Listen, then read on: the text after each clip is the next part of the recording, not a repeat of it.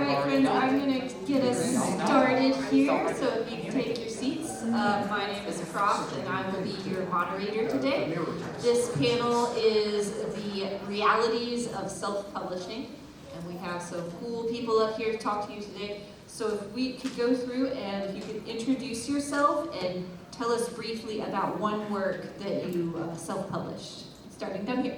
Okay, I'm Barbara Gregorich. I've been a published author since 1984, and from 1984 until 2010, all my books were traditionally published, and in 2010 I began experimenting with self-publishing. My most recently self-published book is my most recent novel, Exit Velocity, which is my first science fiction book. It's on sale in the dealer's room.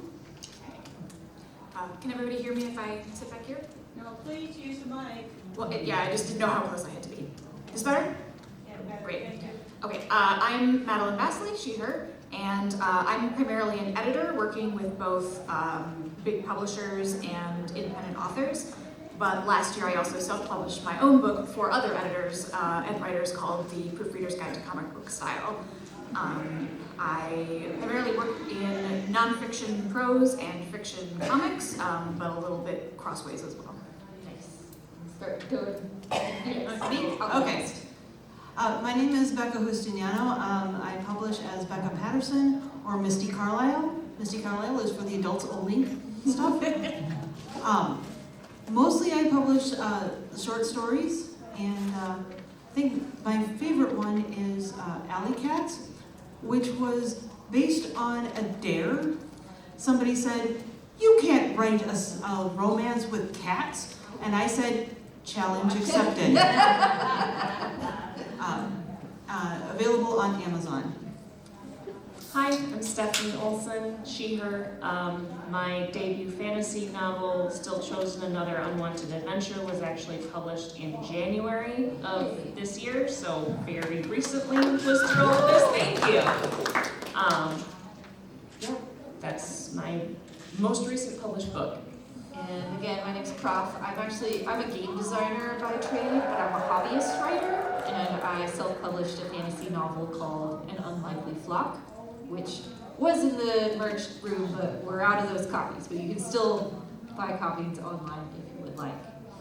All right, so first question, what was the biggest surprise that you encountered going through the self-publishing process?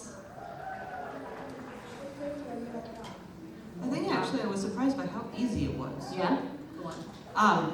Everything I had heard was, "Oh, don't do self-publishing, go traditional publishing because they'll do all the hard stuff for you. It's always hard. It's so hard, and you have to do all the formatting and blah, blah, blah, blah, blah." Turns out there are guides out there to help you go through it, and it's not as hard as it was made out to be. That's not to say that it was easy. Okay, let me be perfectly clear about that. It just wasn't as hard as I was told it was going to be.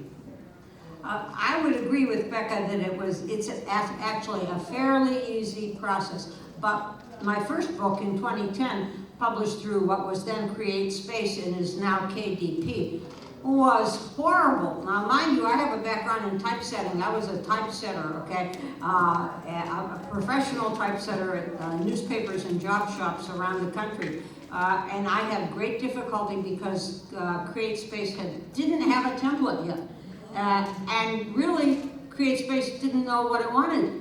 So it was all trial and error. But by the time I was doing my second book with them, they had a template in place and it just became really easy.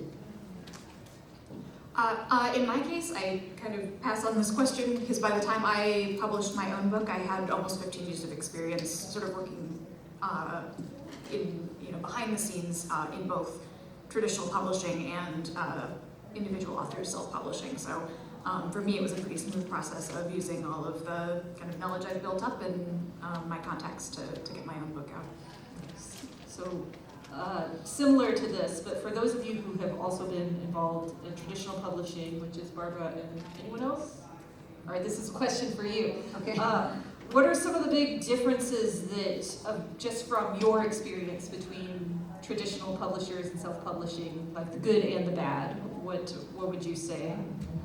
Well, let me just think of a couple. One, of course, is the professional editing and book design that you get with a traditional publisher, which is really important, okay? And otherwise you have to do it yourself, which I have done, or you have to hire someone to do it, which I've also done. But to me, the biggest difference, the most important to me financially, is marketing. Traditional publishers get you into bookstores, okay? Self-publishing is really hard to get into a bookstore. I mean, my current book, I've published over 200 books, mainly because I used to write children's books, okay? At 1 year I did 10 children's books, so they add up. But to get a bookstore to accept an indie author, to accept their books, is really hard. They'll do it on consignment, which means that you pay for your book and put it in the bookstore, and then they pay you if and when they sell it. So marketing is really, really hard. You have to be creative. You have to go to events like this one. You have to, have a blog, a newsletter. You have to put a lot of work into marketing. Can some of y'all talk about some of the resources and strategies you've used for marketing your book? I'm a hobbyist, so I just didn't market my book. It was just like friends and family. So very curious about how you all approached it.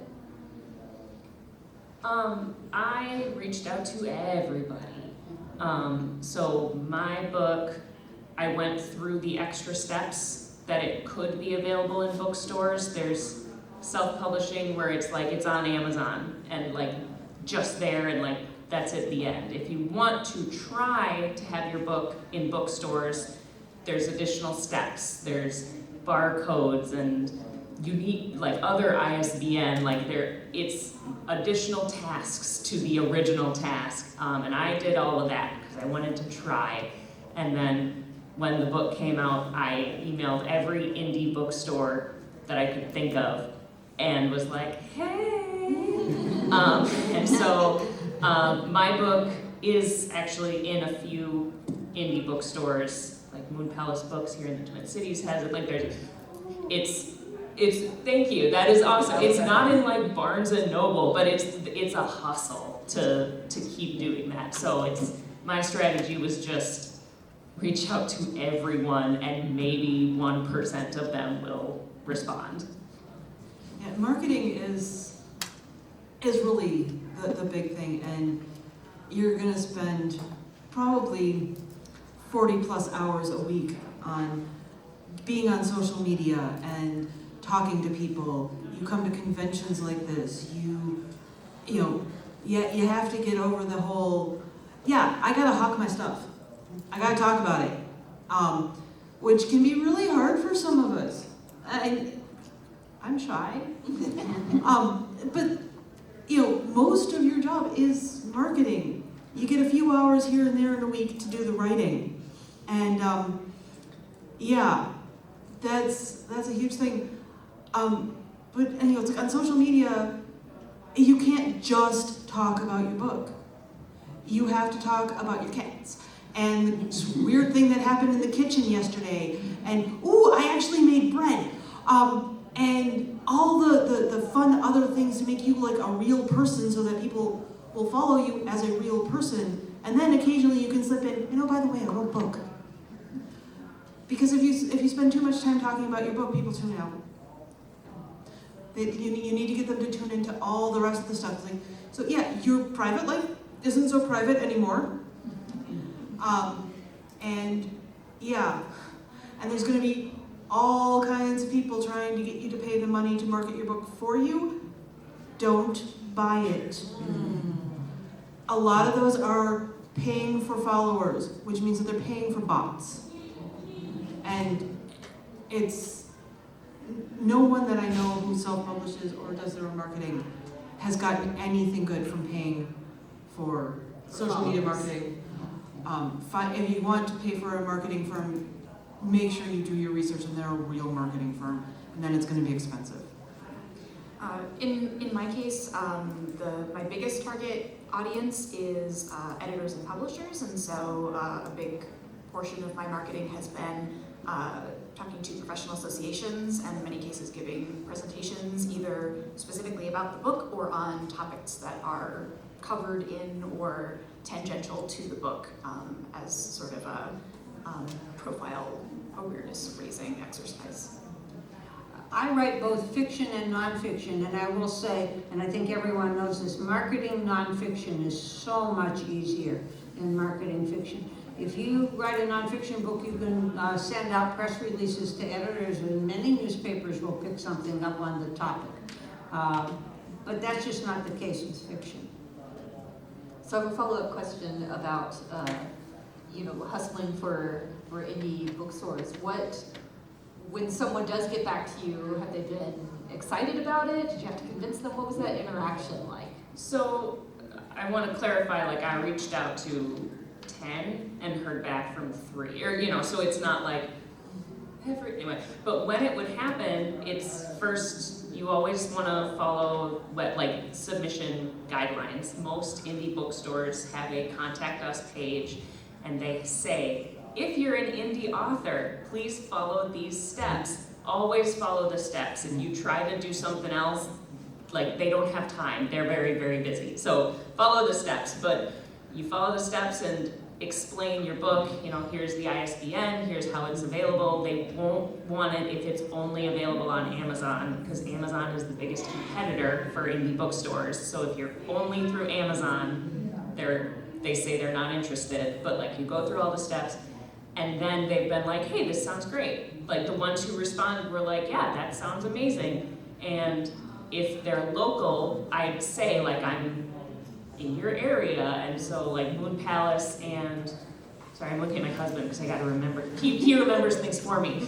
But, yes, so some were like, if you're local, if you want to stop in and sign the books, you can. And I'm like, oh, gee, do I want to do that? I guess I do. But so the ones that were interested, they're very polite. They're like, yeah, we'll order 4 copies and see how it goes. They're not stocking up boxes on boxes, but that's the game. So Very cool, very cool. So talking about self-publishing options that are not Amazon, I know there's Ingram Spark. Do any of you use Ingram Spark?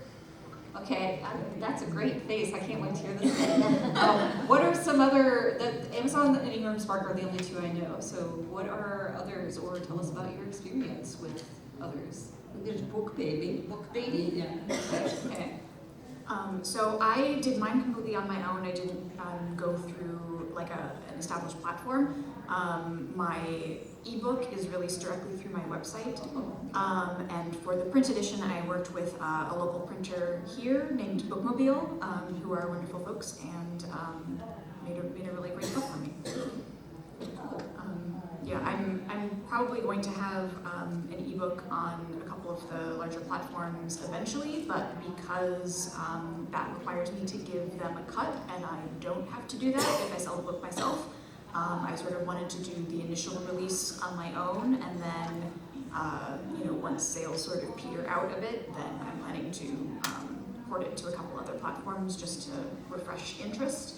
But because my book is so niche anyway, it made more sense for me to just sort of control the process myself, plus sort of ethical considerations with Amazon and all of that.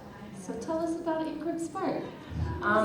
First, I want to mention Draft to Digital. Draft to Digital. Which is kind of similar. It's like not irrigation. What's the word? Where it's the platform that you put it on and it sends it to all the propagation. Thank you. I was close. And so that's similar, but it's for ebook only. And so that's what I use for my ebook. So if you buy it through an ebook through Barnes and Noble or something like that, that's from Draft to Digital. Ingram Spark is awful, but they're the only one in the game. They're the biggest. They're basically Amazon for what bookstores use. The indie bookstores that I'd reach out to, all of them would say, we can only accept your book if it's available through Ingram, because that's where they order books from. Some bookstores would have consignment where you could go in and drop some off, that does exist.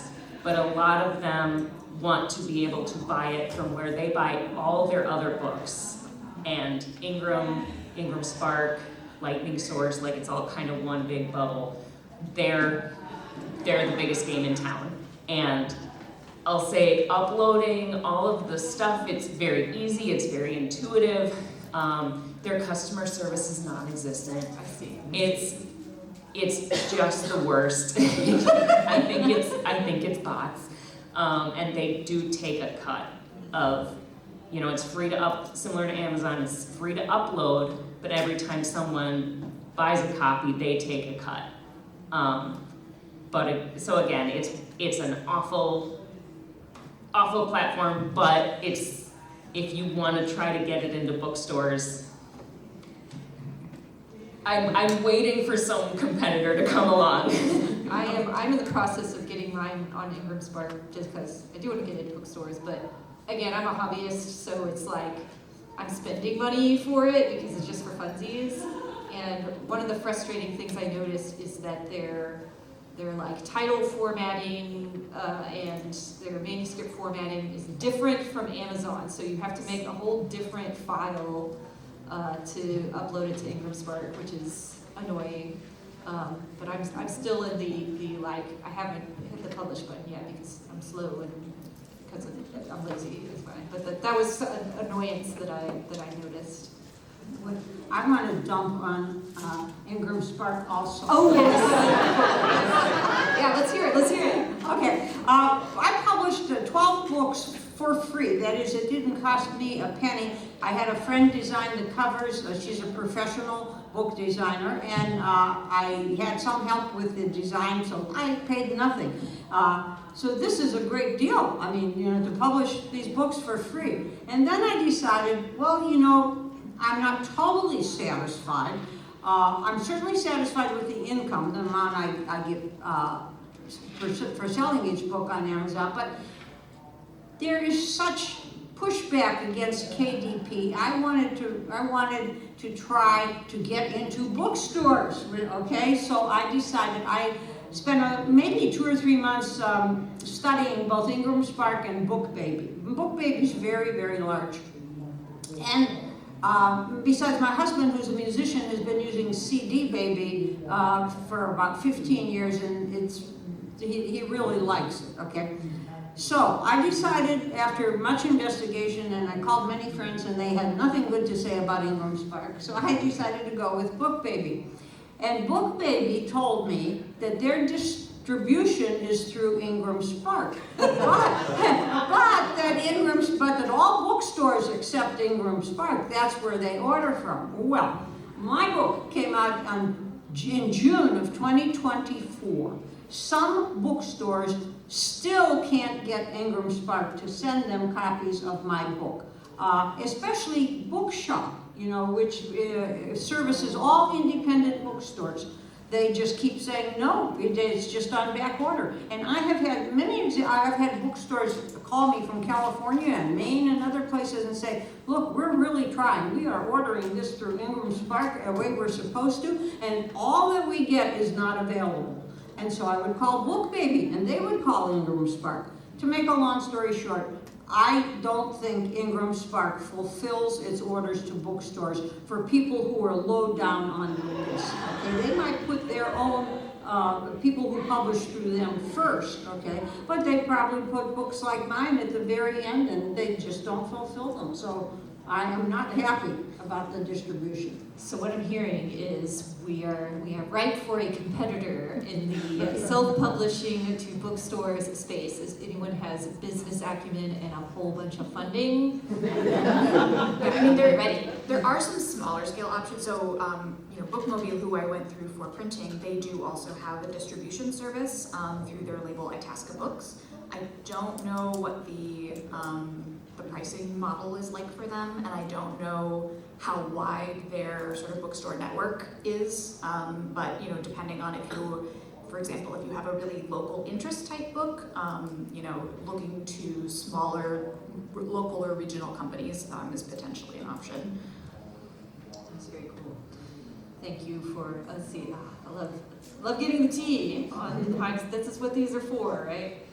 Which one did I have on? What do you think are, we sort of touched on this in a couple different ways, but to sort of crystallize, what are some of the biggest misconceptions people have about self-publishing that you have seen? It's a get-rich-quick scheme. No, it's not. It is so not. The percentage that you get on each sold copy of a self-published book versus a traditionally published book is significantly higher. But you're going to work really hard for each and every one of those sales. Whereas a traditionally published book, you're probably going to sell more. And it's, so yeah, self-publishing is not a get-rich-quick scheme. It's becoming even less so now that people are trying to flood the market with AI-generated slop. And it's, you know, you're fighting for every sale. Yeah, I get more per sale, but I don't get as many sales. Yeah. On the other hand, you do get paid right away, as opposed to waiting 2 years for your first check from traditional publishers. For me, as an editor, one of the things that I run into the most is what market rates are for editing and design services. There are a lot of folks out there who are offering sort of really bargain basement rates for editing, which you generally are going to get what you pay for, but unfortunately, the advertising of those rates can sometimes lead to a misconception that editing costs less than it does, and so occasionally when I'll give a quote, someone will be very surprised. But yeah, generally you get what you pay for, but the flip side of that is you can hire the same editors that the big publishers are using. You know, primarily the vast majority of traditionally published books are copy edited and proofread by freelancers, not people who work in-house for the publisher. And so you can hire the same people that Penguin Random House hires. And if you do your research and get a really great editor, proofreader, designer, you can end up with a finished book that really competes as far as the actual book itself is concerned. But I also find it's one of the areas where there are a lot of missed opportunities where people kind of don't go the full distance to replicate all of the things that they would be getting with a traditional publisher, and that can lead to some disappointment. I agree with it's not a get-rich-quick scheme, so seconded. But one of the things I want to say that a misconception is people thinking if you are indie publishing your book, you have to charge less than $5. Or you have to have it for free. I have heard people say that, like, I blame Amazon for that. if you're gonna indie publish, you can't charge much money. You can't charge the same as a traditionally published book. And it's like, and I'll admit, even I thought that for a little bit. But I'm the one who spent all the money to like get it ready. Like, I should be able to charge what it's worth. So that is a misconception that frustrates me, and that I am seeing more and more indie authors charging, frankly, what the book is worth. And please, you put so much work into this, you probably spent some money to get it out there. Charge what it's worth. For sure. All right, you have led me to let's talk about editors and finding an editor, finding a cover artist and stuff. I got pretty lucky in my experience because when I was like, how do you find an editor? I had a friend who is an editor. I was like, how do you find an editor? She's like, oh, let me hook you up with someone. And then I talked to them and explained what I was doing. And they're like, oh, I know someone who's good at fantasy. Let me hook you up with them. And I talked to them. And they're like, I know someone who's good at creature fantasy specifically, so let me hook you up with it. And then that's who I went with, and it was great. So I just got the luck of word of mouth. But for someone who's starting with no connections, how would you recommend finding an editor? Oh, I write in a group, and we all trade editing services for each other. So you know, it's like, I could probably hire a better editor than some of my fellow writers, but they know my writing style, they know what I'm trying to do, and it's free. Well, okay, it's not free. I have to edit their book. Barter system. Yeah, it's a barter system, and you know, it's like if you can develop that kind of group. There's 6 of us in the group that we trade it around, so every book gets 3 editors, and then we have to edit appropriately, and it really actually works out quite well for us. I don't know how easy that is to set up. We fell into it because we're all good friends.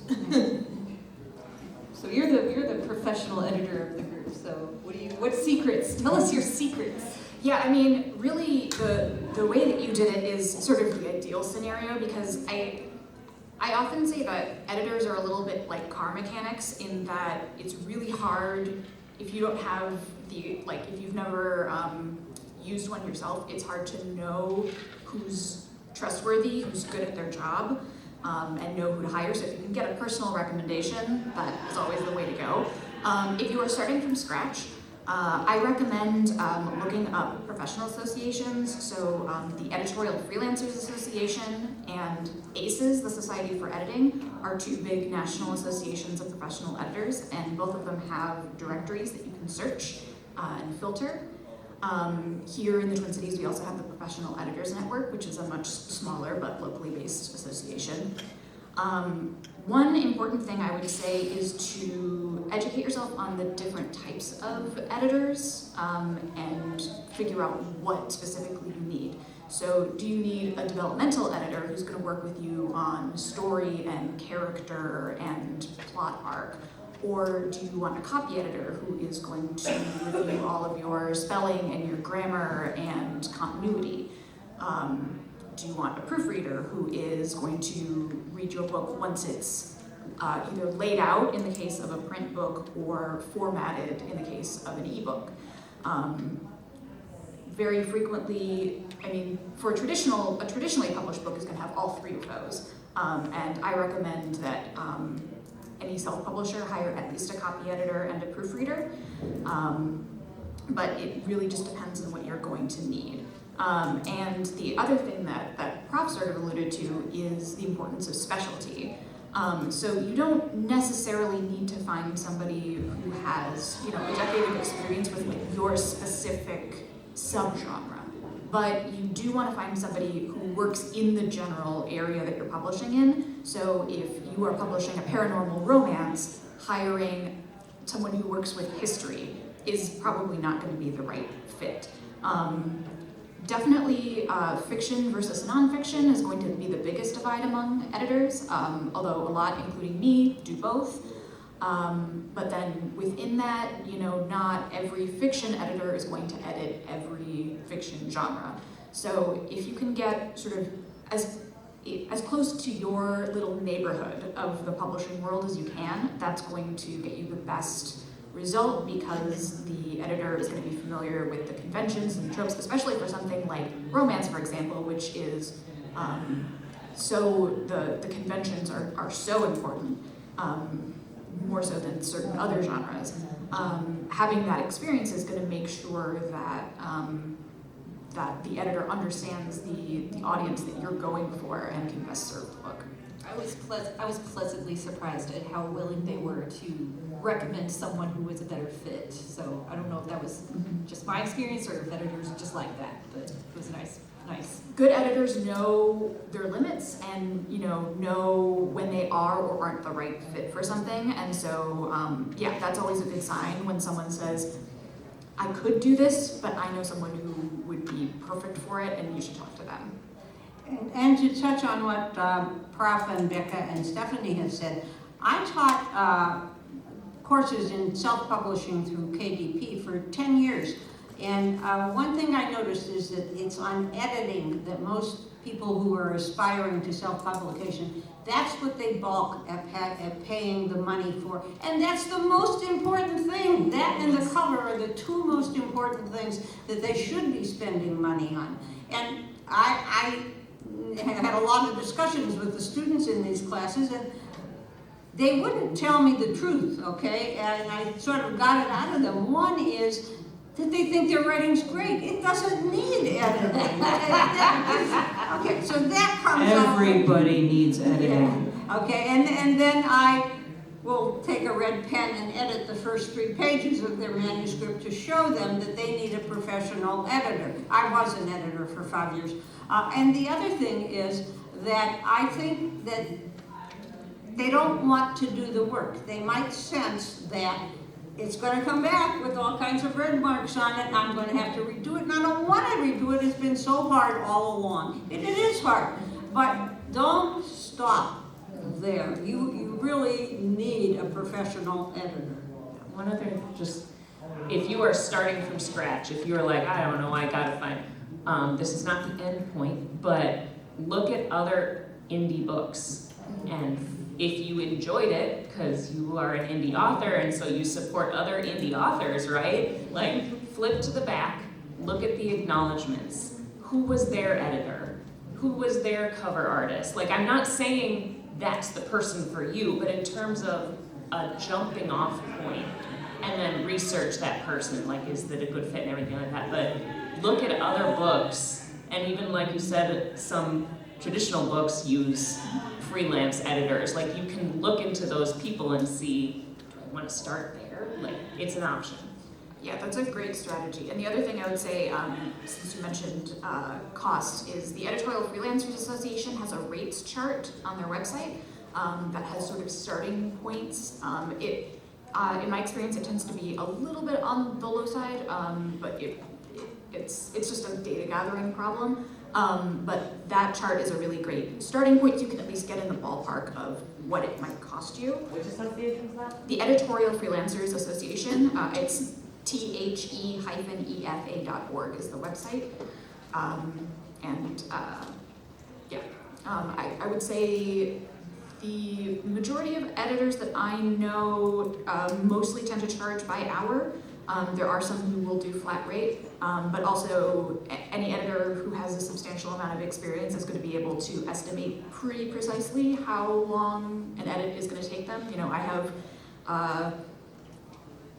been a freelancer for almost 10 years, and so I have almost 10 years of data on how many words was this project, how long did it take me, and so I can dial in pretty precisely how long something's going to take. And real quick, just sort of something that's been alluded to, especially with you, and I tell this to aspiring game designers all the time as well, is one of the most important things you can do is find a network of peers, like find a community. There's a writers Discord in Seattle that I'm involved in, and people are always like, you know, asking for suggestions on like, you know, where can I look, what should I expect, and people are extremely willing to help one another. And it can be a great starting point, just not only for finding resources, but also just support from people who have been through it and are willing to share their knowledge. So definitely suggest finding a community. Can some of you speak to that experience that you've had? There's nothing quite so comforting as finding out that you're not the only one who has a problem. When you can converse with other people who are facing or have faced similar issues, it makes the issue seem so much smaller. And it really is, I mean, writing and self-publishing is a very lowly business in a lot of ways. It doesn't have to be. Reach out, find your community, find people you can talk to who are doing the same things, or at least similar enough things. And it helps keep the emotions where they need to be. And yeah, your emotional health is really important to your writing and to your marketing and all of that. Having people who understand the complaints is really important. Like, I can complain at my husband all day long, and he's like, huh? And, you know, he's been living with me for 10 years. He knows what I've been going through. And it's still, but I turn to my writing partners and, oh, yeah, that, well, here's how I fixed it. Or, I totally get it, and yeah, it sucks, doesn't it? Like, sometimes that's pretty much all you can do, but yeah. That's, finding a community, finding other people you can talk to, and then they also, share tips. And Becca, wouldn't you say that as a member of a writing group, that you learn more by critiquing your fellow writers? You learn more about your own writing. Infinitely more. Yes. Yeah, there is no substitute for learning how to write as critiquing somebody else's. Yeah. Because it is so much easier to see the mistakes and how it could be better when it wasn't yours. When you're not emotionally attached to it. This is also why you need an editor. Yes. Took the words out of my mouth. Yes. Absolutely. When you're not emotionally attached to that word, you can tell it's like, no, that's not the word you really wanted to use there. And so, yeah, editing somebody else's work is, even just reading other people's works with a critical eye is so important to your learning, and will really help advance your writing skills as quickly as, more quickly than the million words that you're supposed to write to get to good. Like, no. You need to write 1,000,000 words. You also need to edit somebody else's 1,000,000 words. Yeah, get that 1,000,000 words down to like maybe 750,000, and that's now you know you got a good editor. Exactly. Oh, God. 1,000-word manuscripts. Anything to add on the side? I don't think so. Okay. So we've talked a lot about misconceptions and what reasons to not self-publish, but what are the reasons that you should? What made you decide self-publishing versus a traditional publisher, or what would you tell to people who are kind of thinking about it? Why should you self-publish? After the 50th rejection letter that says, we just don't know what category this is, I realized that I don't fit the categories of traditional publishing, and so self-publishing was kind of my option to get my stories out. I also am in that category. I don't fit the traditional categories, and more importantly, I don't write the same kind of book all over. That's not a derogatory remark toward people who write series, for instance. But I write fiction and nonfiction. I write picture books and adult fiction. I write middle grades. I write young adult. Publishers don't know how to deal with that, actually, because they can't market me, and they can't sell my next book to the same people I sold the last book to, because it's very different. And so that was very important. When I self-publish, I control all that. I publish what I want. The reasons that I decided to self-publish were, one, my book is incredibly niche. It's sort of a niche within a niche. And so I knew there was a very limited number of publishers where it could even potentially have a home, even among publishers that publish books, sort of professional books for the publishing industry. But also I had been working professionally in publishing for so long that I knew I had all of the necessary resources to put it together myself, more quickly and with exactly the people that I wanted to work with. And so for me, it just made sense, both sort of practically and financially, to do it myself. Also because, this was not necessarily a money-making venture. That is sort of the ultimate hope, but my motivations in publishing the book were, A, that it was a professional resource that didn't exist, that I wish had existed when I started in comics publishing. And also as sort of almost a self-marketing tool in and of itself, putting my expertise out there helps, solidify my professional reputation. And so even if I didn't, break even on the project, I could still view it as a marketing investment. So similar to other people, I self-published out of spite. So this is the first book that I have published. It is not the first book that I have finished, and it is not the first book that I have queried. There could be a whole panel, the realities of querying, that's its own thing. That's a whole convention. But, so I've queried other books, and my first book, the response was kind of like, oh, this is cool ideas, but basically the consensus was I, as a writer, needed to grow more, which frankly, fair. Like, the first book I ever written did need more work. I can see that now. But it was like, okay, so the problems with it were things that I needed to work on more. When I was querying this book, obviously all agents are looking for different things. This isn't true for all of them. But a lot of responses that I got were, hey, we really like your story. We really like your writing.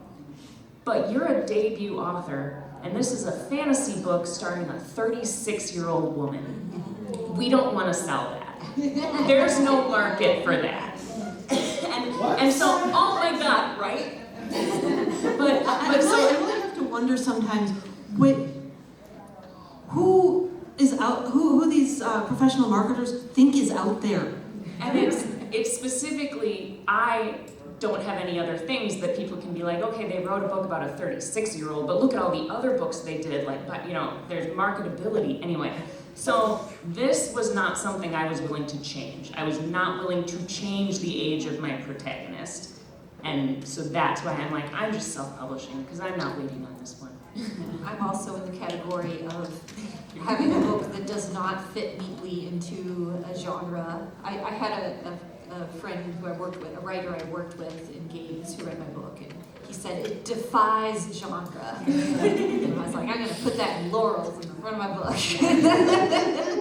All right, I'm going to open it up to audience questions. If you have a question, please grab one of the nearby brightly colored sheets of paper. I will say that if you have a comment and not a question, please hold the comments to the end. I want to prioritize actual questions.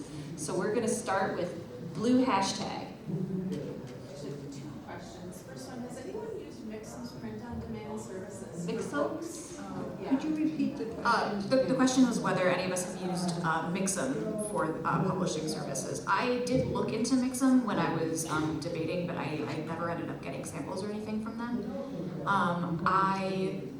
It seemed like there were some mixed reviews out there that when they had initially launched, they were well received, and that in recent years it sounds like there have been some quality concerns.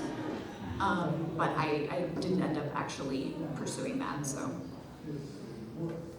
And the second question is, there's been a huge rise in these indie book fairs. I've noticed locally. Has anyone participated in any of them, and how has it gone? How about indie book fairs? Have you participated? How has it gone? Next week, I'm going to be at the Inbound Brewing Book Fair for Grown-Ups at the State Fairgrounds, so I will let you know. All right, let's do a orange circle. The one in the back. There's two orange circles. Okay. First off, thank you all so much. This has been really informative. I really appreciate that. So my name is Renee, and for the last 2 years, I've been writing one-shot adventures that I play at a brewery under the banner of Dragons, Dungeons, and Drinks. And so we've collected about 2,000 adventures and about 150 game masters. And inside of that, we also have a writer's guild. And so I have these adventures that I'm looking to publish, and then I also want my GMs collaborate and publish something. And so the Writers Guild has a bunch of people who've like raised their hand, like, oh, I'm an editor, I'd love to edit this, and I just don't know what's the best path for me in the sense of like writing a campaign book that has one-shot adventures in it. It's like a very specific type of book, like, you know. But I also have this beautiful community of people that are willing to exchange and trade and make things happen. And so I know that you can't make the decision for me, but I am curious if you've had any thoughts and things I should consider. So is it like you're writing a whole TTRPG system with one shots, or is it just the one shots? It is like a campaign book. I see. So Okay. like it's an adventure campaign that Okay. that like would be in D&D. I would say editing games and game resources is like its own specific niche. So whoever, if someone within your group like has that expertise and has edited not just prose but specifically game materials, that would be something to look for. You can come talk to me afterwards because I'm on a Discord of interactive fiction editors that includes a number of TTRPG editors, and would be happy to hook you up with resources. Yeah. Let's do pink asterisk. So I heard earlier in the convention something about self-publishing in libraries, and I just was wondering if you could touch on that. Is that similar to getting into indie bookstores, or how does that? I would like to get my stuff into a library. The question is about getting your indie books into libraries. Is it similar to getting into bookstores? What is the process there? Yes, it's pretty much the same as an indie bookstore. Again, libraries won't go through Amazon. Pretty much assume no one but Amazon will go through Amazon. And then it's a request system. So I think it's Libby. There's ways to request for any book, like, hey, library, I want this book, and then they can request it. If it's available through Ingram and you have selected the option that it can go to libraries, then it will. The pricing system is different though, because libraries will pay more money for one book, but then 50 people are not paying, the pricing system is different for a library buying it, which they know, that's not news to them. But in terms of getting it there, it is pretty much the same as you'd use Ingram, you'd select options that they can do it, stuff like that. But you can also do a study of library systems in the 50 states and see which are more open to buying independent books. For instance, Kansas libraries are and California libraries are. But the libraries depend on reviews in traditional publications. In other words, I've written to librarians in various libraries, and they say, we go by reviews. So if your book has reviews in traditional publications such as Publishers Weekly, Kirkus Reviews, Library Journal, then we will consider it. Send us the reviews. So I always submit all my books to those publications for that specific reason. I don't always get reviews, but I know that's important to libraries. I would also say that Minnesota libraries have a special program. I think it's just called eBook Minnesota, where I think it's sort of a whole thing where you self-publish your ebook sort of through with them, and then through that it gets into the library. I don't know what the monetary involvement is like that for that. I don't know if it's essentially like you're donating a copy of your book to the library system or if there's a compensation there. But I do know that there is a special Minnesota library ebook thing. I think it's just called eBook Minnesota. All right, let's do the other orange circle. Okay, I feel like most of my information on publishing is about 10 or 15 years stale. Back then, what I was hearing about, especially when self-publishing was kind of e-publishing was kind of in its infancy, that if you published anything yourself, that kind of, and especially if it doesn't sell really well, that kind of ruins your chances for traditional publishing in the future. Is that still true? I wouldn't say it ruins your chances.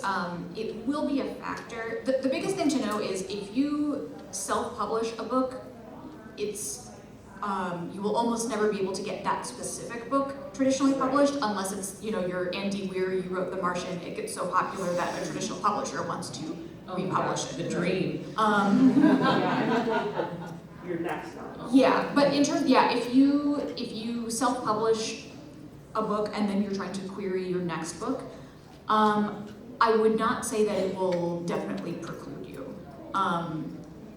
Different publishers and different agents are going to weigh it differently, and also, what are successful sales numbers for a self-published book are very different from what is successful for a traditionally published book.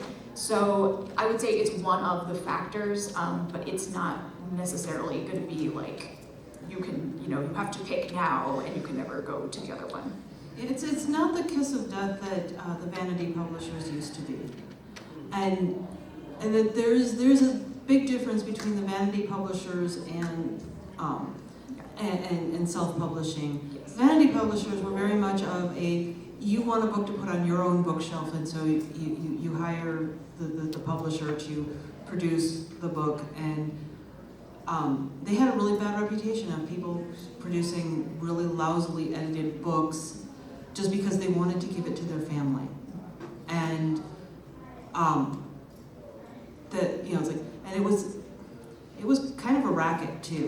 these publishers would charge you exorbitant amounts of money, but you got to see your book. And indie publishing is much more of a business than the vanity publishers were, but there's still a little bit of that stigma sticking around. I will say I know of one, I think two, but I can't think of the second name right now, but people who started as indie publishers and then became traditionally published authors. Because one of the things you get to do when you query your next book is say, published author in your bio. Because it's true, you did publish a book, and you can, some query submission forms, they ask, if you have self-published a book, how many did you sell? Like, they will at least consider that info. So I'm not saying gonna be helpful to you, but yeah, it is still possible. It's not this person is self-published, we can't ever work with them. It's just another consideration.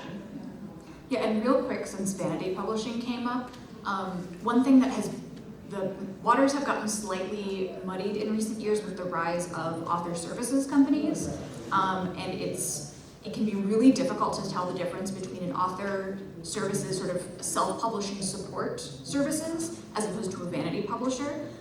So, paying someone to help you publish your book is not always a scam, but if a company is asking for your money but sort of holding itself out as a traditional publisher, they're sort of claiming that they have submission guidelines and that they're doing the editorial selection and they're sort of branding everything with their colophone, but they're asking for your money, that's generally a vanity publisher, and that generally is not going to look good on your publishing resume if you're trying to go traditional. However, if you're looking for an author services company where essentially you're paying a professional company to either help you do sort of all the formatting or sort of help you coordinate editing, but they're not putting it out as though they are a publisher themselves. That there are also rampant scams within that segment, but there are also very legitimate, helpful companies in that space. And just do your research. Anytime that you're paying money to someone else in the process of publishing your own book. That's another place that finding a community can really help, because people can help you out spots like that. Writer Beware is an extremely valuable website that talks about publishing scams, both traditional and self-pub. That is a wonderful resource. Right. Also, Jane Friedman, Friedman, publishes a lot of blog posts on publishing topics. All right, I have time for one more question, so let's go with Blue X. So it's kind of speaking of the stigma, do you find that there are certain genres, audiences, demographics that are more open to indie published books and ones where it's much harder to make an indie publishing sell?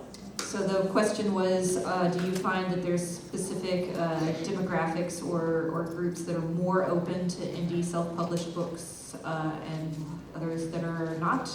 You mean consumers? Yeah. Consumers. I actually find that the romance community is, well, first of all, they're voracious readers, and they'll pick up just about anything if it gets recommended to them by a friend. And of all the genre readers, my experience has been that the romance readers are the most voracious. And so yeah, they're much. My experience is they're much more open. But hard science fiction is probably the one that I have the hardest time convincing people that indie publishing is okay. Yeah, romance was going to be my answer as well. And to a certain extent, like gaming, both game books and sort of gaming related instructional books, I find that people are a little more open.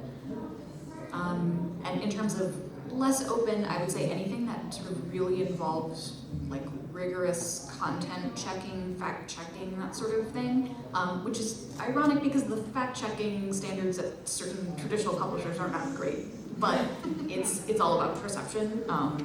But I find that at all the places I sell books, almost no one cares that they're self-published, or maybe even doesn't notice it. But that's just in-person, events like this. I have heard though that romance writers are the most open to. So I imagine that means that they're willing to go on Amazon and buy KDP books or something. Yeah. Also mystery somewhat as well. Yeah. Cool. Well, thank you all so much. This was super lovely. Can we go through and any final encouraging words, or if you want to plug your books again, go for it. Okay, Exit Velocity, published last year. It's a finalist in the Society of Midland Authors Best Adult Fiction category, and also a finalist in Next Generation Indie Social Justice books. Proofreader's Guide to Comic Book Style, available at comicbookstyle.com and at Oddmart Comics and Collectibles in South Minneapolis. I would like to leave with a couple of recommendations for resources. There is a locally based podcast called Print Run. It's hosted by 2 local agents, and they talk about helpful publishing topics and also host free online office hours where you can join their Zoom and ask literary agents questions, which can be super helpful. Also, the Professional Editors Network and the Minnesota Book Publishers Roundtable host periodic social hours for local publishing folks, and the next one is coming up July 15th at Cream and Amber Bookstore. So if you want to mingle with some editors and publishers, potentially ask some questions, and maybe even find an editor for your book, pensite.org, pensite.org has the calendar information. Nice. And The podcast is Print Run, and it's run by the agents of Headwater Literary Agency. My book is An Unlikely Flock. It's a cozy fantasy novel about people coming together and becoming friends and helping each other through their stuff. And also there's bird people. And right now you can buy it on Amazon.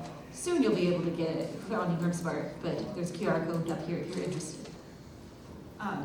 Most of my short stories are still available on Amazon.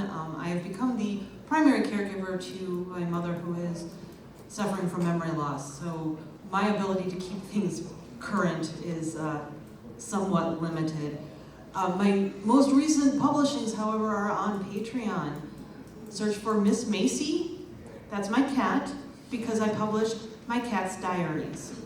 She's been joined by two younger cats now, and so they are Her Feline Highness.